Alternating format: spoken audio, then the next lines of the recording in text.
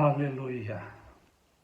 Pela graça do Senhor, juntos mais uma vez. E é sempre bom ter renovado sobre nós a graça e a misericórdia do Senhor. E Ele fez isso mais uma vez nesta manhã sobre cada um de nós. Domingo passado eu comecei a falar sobre descansar em Deus, que o descanso é uma atitude de fé. Deus, até o sexto dia, Ele cria todas as coisas e então Ele cria o homem e no sétimo dia Ele cria um jardim no Éden e coloca o homem e a mulher ali. E juntos eles descansaram. O significado desta palavra do Éden, lugar de deleite, lugar de prazer. E então Deus santificou o sétimo dia e o abençoou, porque nele descansou. Mas nós sabemos que Deus não é como nós humanos, Ele não se cansa. E esse descanso, na realidade, naquele momento era um lugar ali onde Deus estava, onde estava a presença de Deus. Então, o homem foi criado e o primeiro dia de vida do homem, ele descansou em Deus, debaixo do cuidado de Deus, da proteção de Deus. Não havia nenhum medo, nenhum temor, nada. Apenas eles se deleitaram no sétimo dia. E eu queria continuar isso. E eu queria mostrar para você que existem dois descansos muito importantes. Então eu queria convidar você a abrir a sua Bíblia ou seu aplicativo no Evangelho de Mateus, no capítulo de número 11. Eu quero ler os versos 28 e 29. E eu quero falar então sobre o segundo descanso. Diz assim o texto, um convite de Jesus para cada um de nós, para todas as pessoas. Vinde a mim, todos vós que estáis cansados e sobrecarregados, e eu vos darei descanso. Tomai sobre vós o meu jugo e aprendei de mim, pois eu sou manso e humilde de coração, e encontrarei descanso para as vossas almas. Então, neste convite, Jesus ele está estabelecendo um alvo bíblico imediato para todas as pessoas. Todas as pessoas que se sentem cansadas e sobrecarregadas. Do quê? De uma vida religiosa, da religião. Por quê? Porque ela traz uma sobrecarga para as pessoas com cobranças, dizendo que você precisa fazer por merecer a salvação de Deus. Isto traz peso, isto traz cobrança, e não é bem assim o que as Escrituras dizem, né? Nós sabemos, Paulo declara que a salvação, ela é pela graça. Tudo na nossa vida cristã é fruto desta graça, e eu creio que você vai me entender.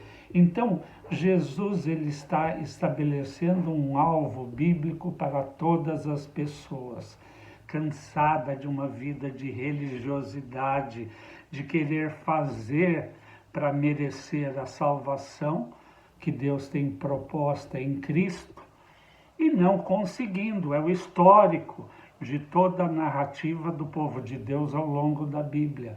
Deus estabelecendo alianças, né? E quando o povo obedecia, tudo ia bem, né? Não havia guerra, não havia inimigo, eles prosperavam, eles tinham paz. Mas como o povo não tinha este coração obediente, logo vinham os castigos, as pragas, as guerras, os inimigos, enfim. Então, em Cristo foi possível. Por quê? Porque esta salvação não foi merecida, ninguém merecia esta salvação, mas Deus amou tanto o mundo, né? Evangelho de João, que ele enviou o seu único filho para dar a sua vida em sacrifício, para propiciar esta salvação poderosa que um dia nos alcançou e tem alcançado vidas e vai continuar alcançando vidas até a segunda volta de Jesus.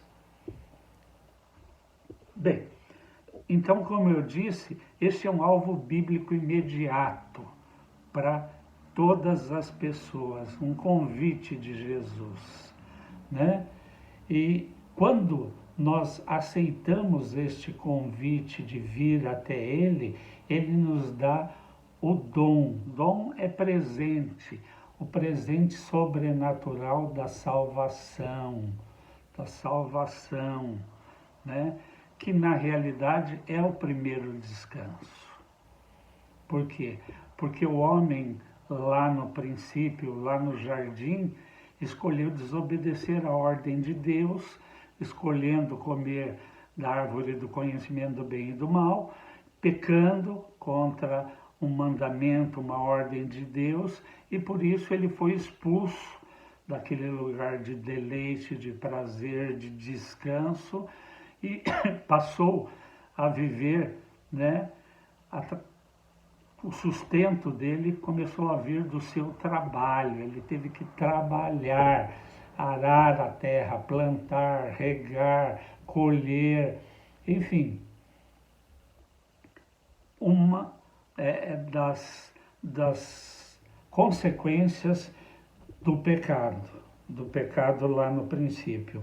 Mas Jesus aqui, e eu quero te mostrar, quando ele nos concede esta salvação, este é o primeiro descanso. É graça, favor imerecido de Deus. Ninguém merecia. Por quê? Porque todos pecaram a partir de Adão.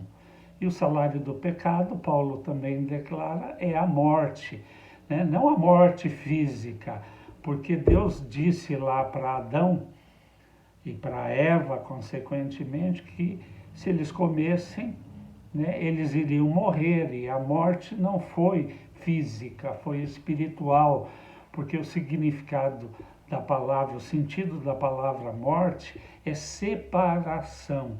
O pecado faz separação entre nós e Deus. É o que Isaías também declara, né?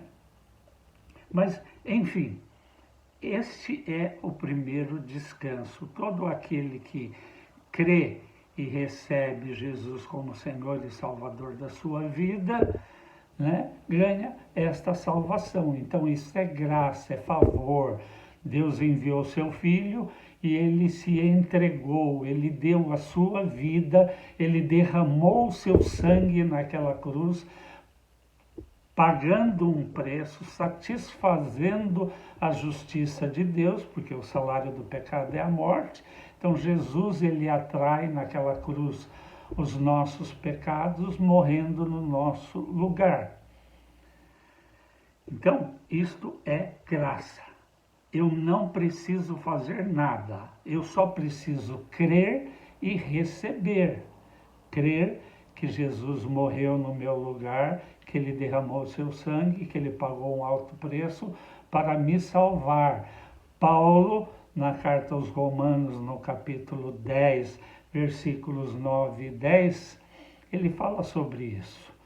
Ele fala que nós precisamos crer com o nosso coração e confessar com a nossa boca a Jesus como Senhor e Salvador.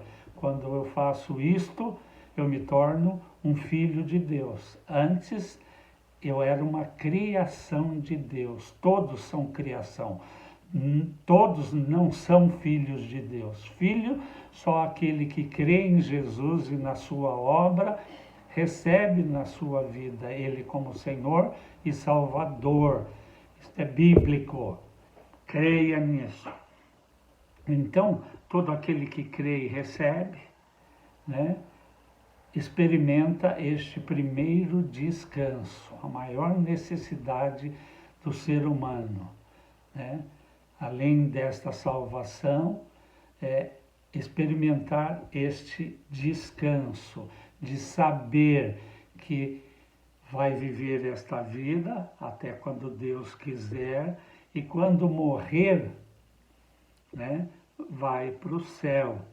Né? Quando nós recebemos Jesus como Senhor e Salvador da nossa vida, né, as Escrituras dizem que eu ganho uma nova identidade e um novo destino. Eu estava destinado, por causa do pecado, a viver eternamente no inferno. Todo aquele que morre sem receber esta salvação proposta em Cristo, vai viver eternamente no inferno. Mas como eu criei e recebi Jesus como Senhor e Salvador da minha vida, eu recebi uma nova identidade. Eu me tornei filho, filho amado de Deus. E o meu destino é morar no céu. Então, isto é graça, não é mérito. E a religião muitas vezes impõe condições para as pessoas alcançarem esta salvação. Muitos creem que é fazendo boas obras, muitos creem que é sendo bonzinho, correto, justo, mas nós, o ser humano, por causa da sua humanidade, não consegue. Ele somente alcança esta salvação em Cristo, ponto. Ponto. Aí, isto é o convite de Jesus. Então, vir até Ele, né, crer nele, receber Ele como Senhor e Salvador, é o que Jesus está querendo dizer aqui no versículo 28. Mas agora vem o segundo descanso, que está ligado ao versículo 29, que diz assim: tomai sobre vós o meu jugo e aprendei de mim, pois eu sou manso e humilde de coração, e então encontrarei descanso para as vossas almas. Então, no primeiro convite, né, o primeiro descanso, eu preciso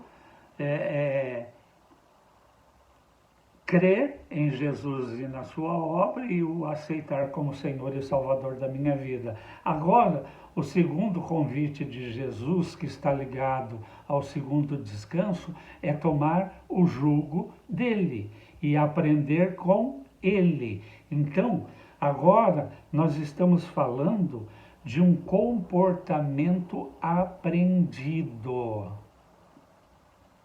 Aprendido. Nós precisamos aprender a descansar em Deus, né? Nós precisamos aprender a descansar em Deus.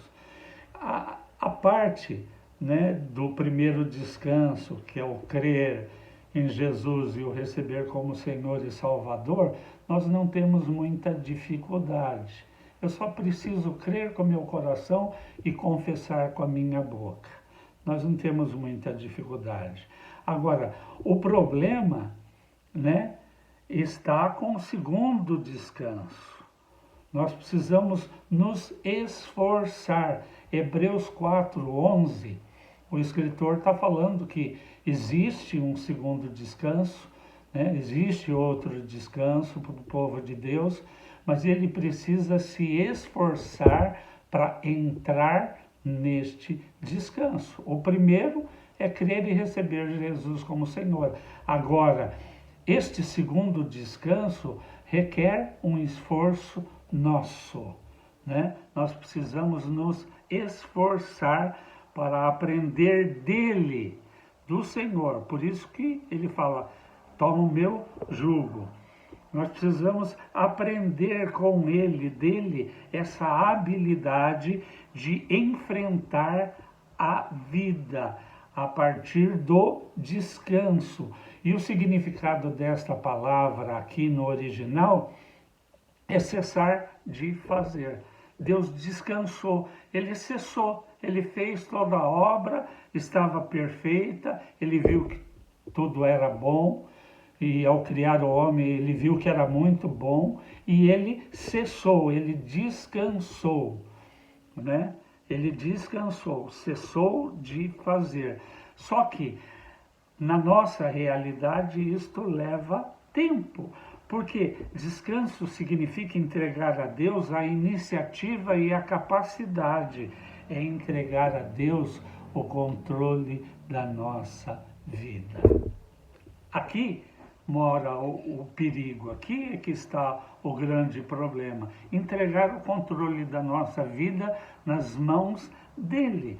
Agora deixa eu perguntar para você, você já foi um carona de um motorista que a gente chama de barbeiro, né?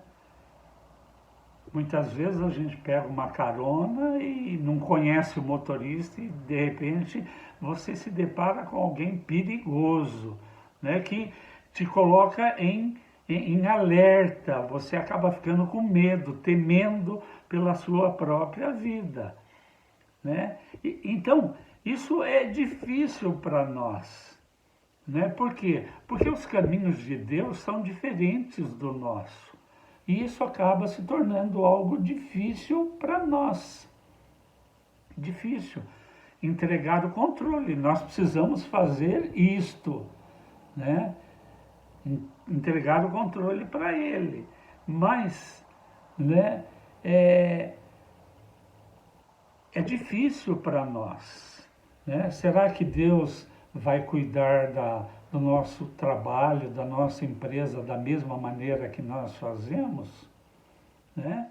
Então, essa é a nossa grande dificuldade. Nós precisamos nos esforçar para entrar neste segundo descanso.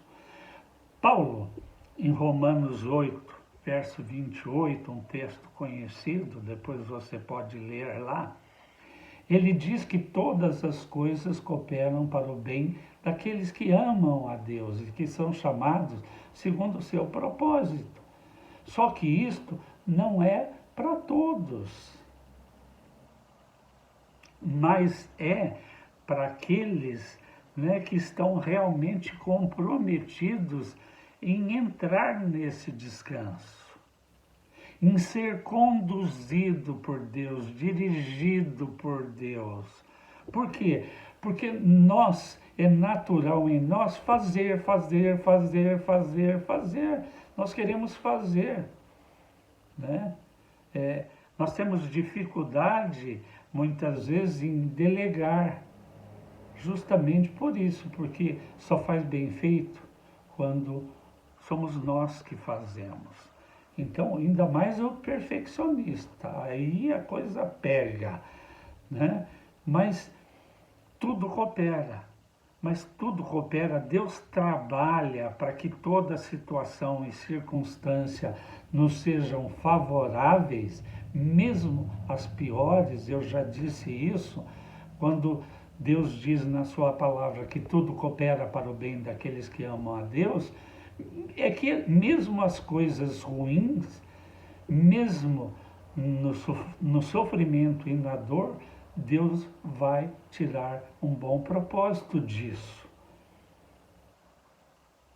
Uma boa coisa, é meio louco isto, mas é verdade, é bíblico, né? Então, todas as coisas realmente vão cooperar quando nós estamos nos esforçando para entrar neste descanso. Quer dizer, deixando de fazer. O descansar, lá no princípio, era cessar de fazer. E o convite que Jesus está nos fazendo nesse versículo 29, quando ele diz: tomai o meu jugo, o que é o jugo? O jugo é aquela canga que se colocava na junta de boi, nos dois bois, né?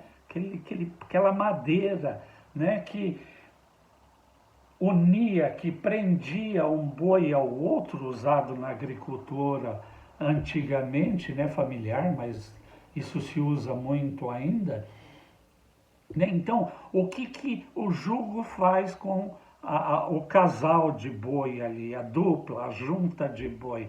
Faz com que aquele par de bois, eles andem na mesma direção, no mesmo compasso. Então Jesus usa esta figura dizendo: tomai o meu jugo, vem andar comigo, vem caminhar comigo, vem aprender comigo. Por quê? Porque é Ele quem faz. Nós ajudamos. Nós ajudamos. E nós queremos fazer. E Ele está falando: não, sou eu quem faz. Você precisa entrar no meu descanso, cessar de querer fazer, né? Fazer pela nossa capacidade, fazer pela nossa experiência, fazer por aquilo que nós achamos e pensamos ser correto, ser o melhor, e não é assim que funciona. É Deus no comando, é Deus no comando. É este versículo que nós lemos, né, de Mateus 11, 28, existe uma Bíblia chamada Mensagem, que é uma linguagem um pouco diferente, talvez mais atualizada. A Bíblia, ela tem várias edições em vários tipos de linguagem. Né? Eu tenho um aplicativo do celular que deve ter umas 10 linguagens diferentes. É bom até, para quando a gente não entende um versículo, estudando a Bíblia, as Escrituras, é importante você ter várias linguagens, porque vai ficando mais claro. E nesta linguagem da Bíblia Mensagem, de Mateus 11, 28, nessa linguagem diz assim, Jesus falando: quem quiser me seguir tem que aceitar a minha liderança. Quem está na garupa não pega no arreio. Olha que legal isto, né? É Ele que comanda, é Ele que dirige, é Ele que faz. Não somos nós. Quando nós tentamos nós fazer, a única coisa que nós ganhamos é cansaço, sobrecarga. Então, se você está cansado de querer fazer para merecer as promessas de Deus, a bondade de Deus, o amor de Deus, a salvação de Deus, você só vai conseguir cansaço e sobrecarga. Você só precisa crer e receber. Crer e confiar, né? Nesta mesma linguagem, né, também em Marcos 8:34, Jesus, né, ele está falando isto, eu acabei repetindo aqui, é Ele, é Ele. Então, não adianta você querer pôr a mão na direção, querer dirigir, é Ele. E é isso que muitas vezes nós fazemos. Quantas vezes nós entregamos a nossa vida, uma situação, uma circunstância, em oração para Deus, e nós somos orientados a fazer isso. Mas daí a pouco, nós já tomamos o controle de novo. Eu me lembro, em um tempo de crise financeira, né, quando começava a chegar perto do dia de pagar o aluguel, né, e eu não tinha recursos, e de repente eu dobrava o meu joelho e entregava para Deus: Senhor, ó, eu não tenho recurso, Senhor, faz o milagre, envia este recurso de alguma maneira. Meia hora depois, eu já estava buscando, pensando de onde eu ia, para quem eu ia emprestar o dinheiro para cumprir com o meu compromisso. Então, né, nós muitas vezes entregamos, mas pegamos de volta. E nós precisamos entregar e deixar nas mãos dele, nas mãos dele. né? E o texto, o escritor aos Hebreus, né, no capítulo 3, verso 19, diz que aquele povo não entrou nesse descanso por incredulidade, por não crer e não confiar. Por quê? Crer está ligado a confiar. Se eu creio, é porque eu confio que Deus vai fazer. E o que Ele fizer vai ser o melhor. Mas, como eu disse, a nossa dificuldade é porque Deus, os caminhos de Deus são totalmente diferentes do nosso. Mas eu preciso crer e confiar que Ele vai fazer o melhor para a minha vida, na minha vida, né? Então, o esforço humano não serve para nada, né? É lógico que nós vamos trabalhar, nós vamos fazer, mas Deus precisa estar no comando, né? Deus no comando, Deus no controle, no controle. Então, eu preciso descansar, eu preciso cessar. Cessar de quê? Cessar de todo pensamento, de todo raciocínio, de toda lógica humana, né? Porque fé não é ver com os olhos humanos, é ver com os olhos espirituais. Por quê? Fé é algo que eu espero que aconteça, mas eu não estou vendo. Então, fé e lógica humana e raciocínio humano não combinam, não condiz.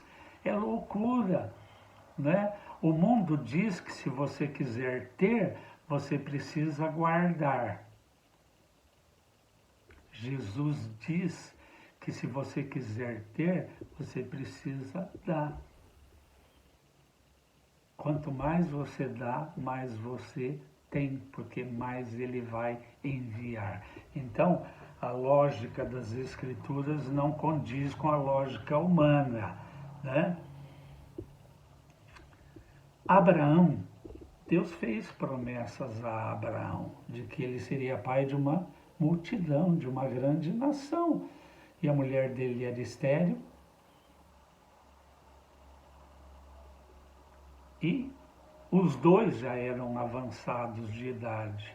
Humanamente era impossível conceber, Sara engravidar.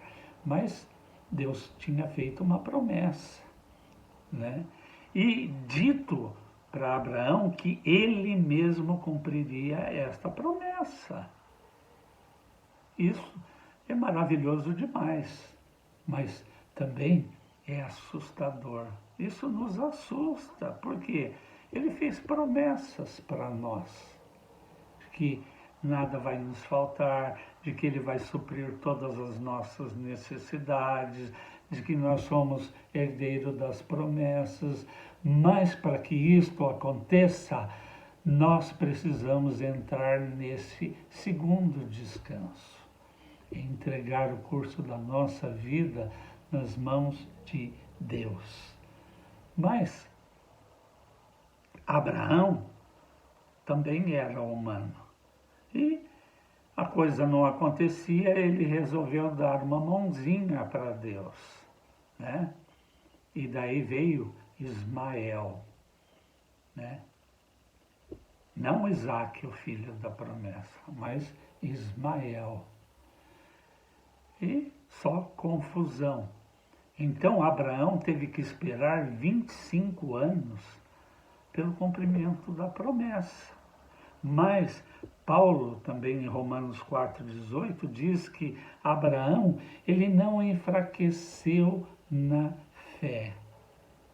Aí eu te pergunto, como pode? Né? O que ele tinha? O mesmo que Deus nos deu. Promessa e também um juramento. Juramento. Né? O escritor aos Hebreus, no capítulo 6, verso 17, diz que Deus, desejando mostrar aos herdeiros, que somos nós, né? Paulo diz que se nós fomos feitos filhos de Deus em Cristo, nós também nos tornamos herdeiros de Deus como filhos de Deus, né? Então nós somos herdeiros da promessa.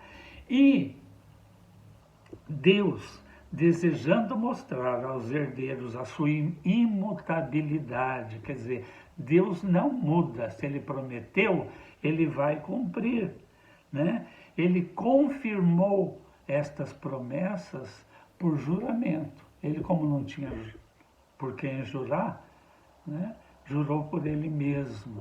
Então, né, Deus queria mostrar realmente que Ele não muda e que as promessas dele são verdadeiras e vão se cumprir. E ele diz neste texto, 2 coisas imutáveis nas quais Deus é impossível de mentir, na promessa e no juramento que Ele fez para a sua herança, né, para os seus herdeiros que somos nós. Então, nós podemos crer, nós podemos confiar. Então, é esforço, nós precisamos nos esforçar para entrar nesse descanso. Por quê? Porque isso requer renúncia também. Se negar, abrir mão, né? Nós queremos ter o controle das coisas nas mãos. E quando o controle foge, nós ficamos doidos, nós enlouquecemos. Mas Deus está dizendo que isto precisa acontecer. Entregar o curso da nossa vida a Ele. Ser guiado por Ele, dirigido por Ele, ensinado por Ele. O convite é, venha caminhar comigo, venha aprender comigo. Sou manso e humilde de coração. Então, é Ele quem faz. Ele vai fazendo e nós vamos ajudando. É assim que precisa acontecer. Então, o nosso desafio é nos esforçar para entrar neste segundo descanso. Por quê? Se eu não entrar, né, eu não vou perder a salvação, mas eu não vou desfrutar das promessas. Eu não vou desfrutar, em primeiro lugar, o que é essa primeira salvação, que restaurou a nossa comunhão com Deus. Então, o primeiro descanso foi lá no Éden, né? E aquele lugar se tornou um lugar de prazer, não por si só, mas por causa da presença de Deus. Então, Adão pôde desfrutar por causa daquela presença de descanso, porque o descanso não é um lugar, o descanso é uma pessoa. Lá no princípio era Deus, a presença de Deus. Nesta presença, Adão pôde descansar, desfrutar de tudo aquilo que Deus havia criado. No segundo, depois da salvação proposta em Cristo, né, que quando nós experimentamos este primeiro descanso, nós podemos desfrutar desta presença. Por quê? Agora não é mais um lugar externo, mas é interno. Por quê? Porque Deus veio habitar dentro de nós.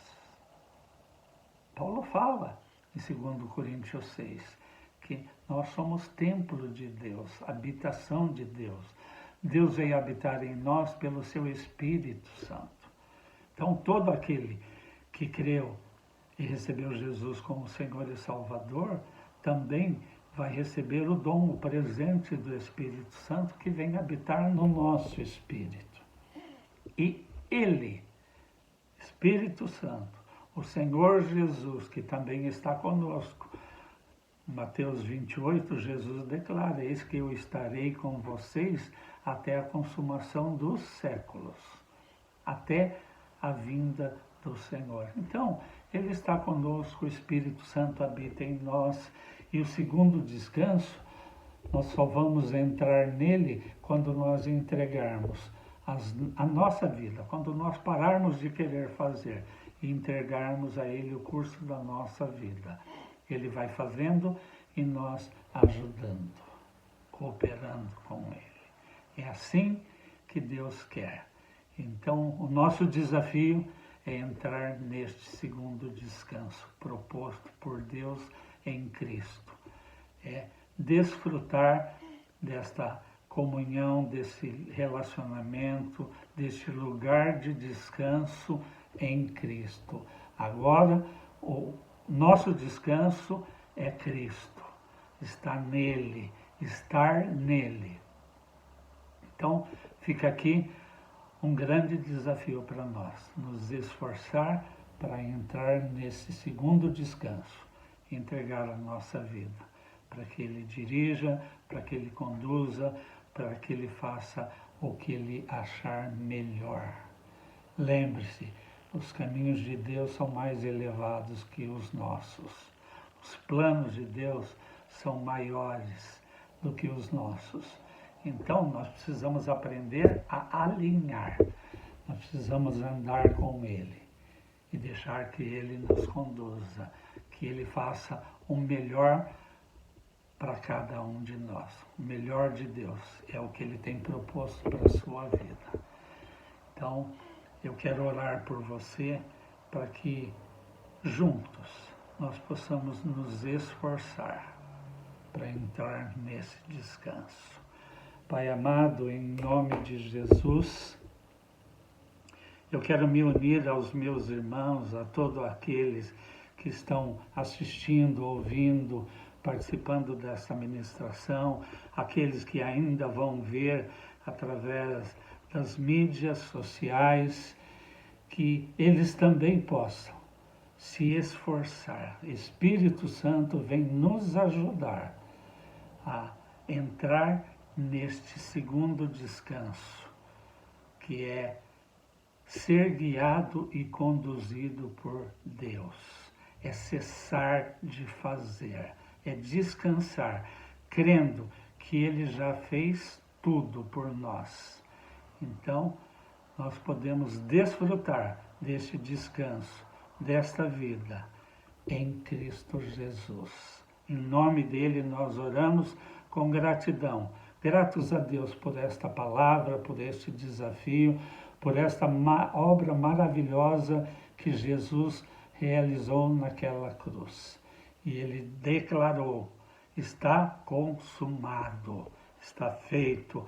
Nós não precisamos fazer mais nada, é só descansar nele, entregando as nossas vidas para que Ele nos guie e para que Ele nos conduza aonde Ele quiser, como Ele quiser, no tempo que Ele quiser. Amém. Amém. Deus abençoe você. Uma semana de muitas vitórias e conquistas. Uma semana de descanso.